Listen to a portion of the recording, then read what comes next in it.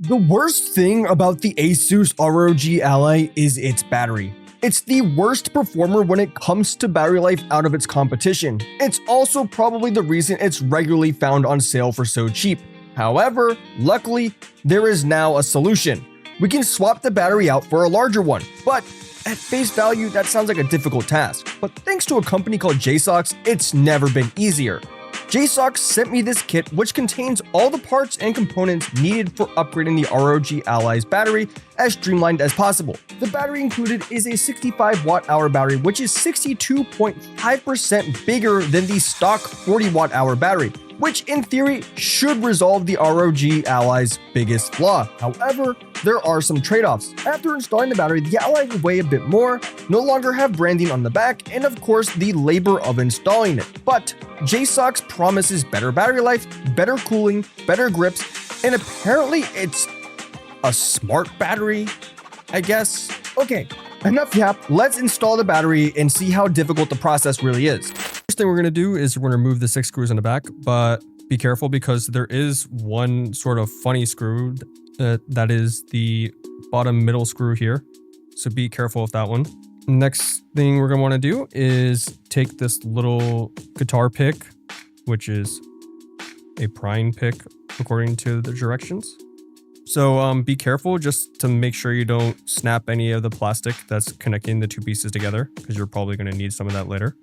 And the next thing the directions say to do is to remove the M1 and M2 back buttons, which you're going to need this plastic pry bar. Before we are able to remove those buttons, there actually are 2 screws back here, and you're going to have to be careful with these screws when you're removing them. Because when I was dealing with these, the issue that I noticed is whenever I remove the screw, there is a spring underneath. Now that spring is very sensitive and can fly across the room. So after you're done removing that, you're going to want to take this plastic pry bar and sort of kind of help the M1 and M2 button pop out like this. And just like that, we're able to pull the M1 and M2 buttons right off the back. So the next thing we're going to do is remove the trigger buttons. So we'll just remove those with the screwdriver right here. Okay. And now finally, we are going to start removing the current existing battery. So there's this plastic thermal slip here. I don't really know if that really does anything for thermals, to be honest. It's just a sheet of plastic. Maybe it's graphene. I don't know. But yeah, just remove it. And underneath, you will see your SSD, of course. However, more importantly, you are now exposing the battery connector. And you're going to need the plastic pry bar again, and you will be able to pull the cable out. Next thing we're going to have to do is remove the screws that connect the battery to the motherboard. And after we're done removing those, we're going to have to carefully remove the ribbon cable. Just be sure not to pull it out too aggressively.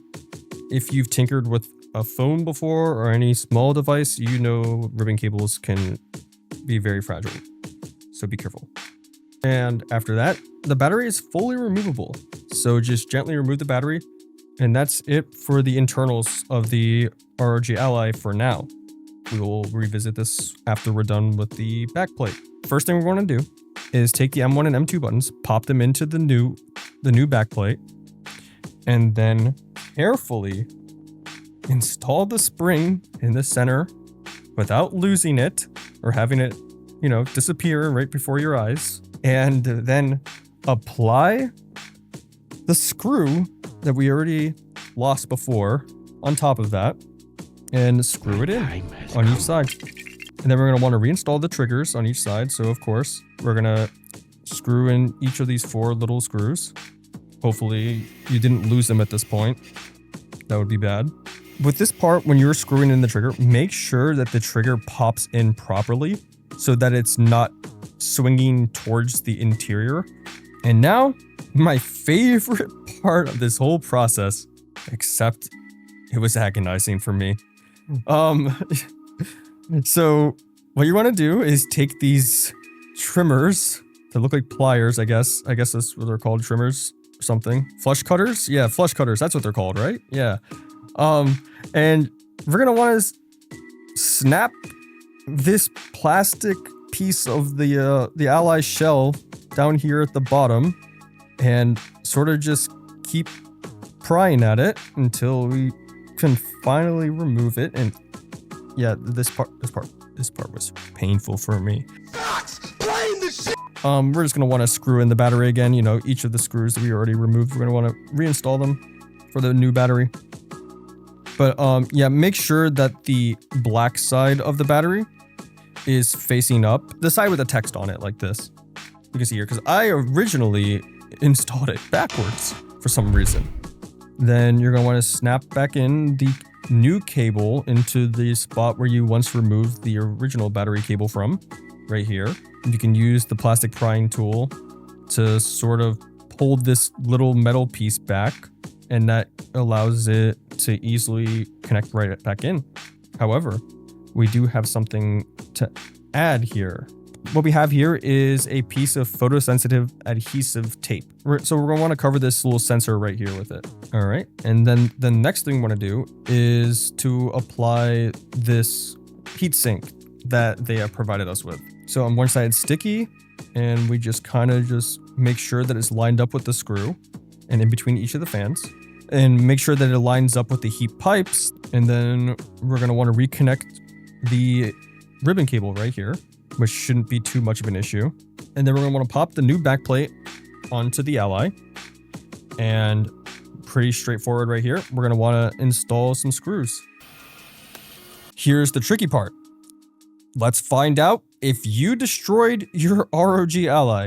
And what I mean by that is let's try to turn it on and pray to God that it actually does turn on.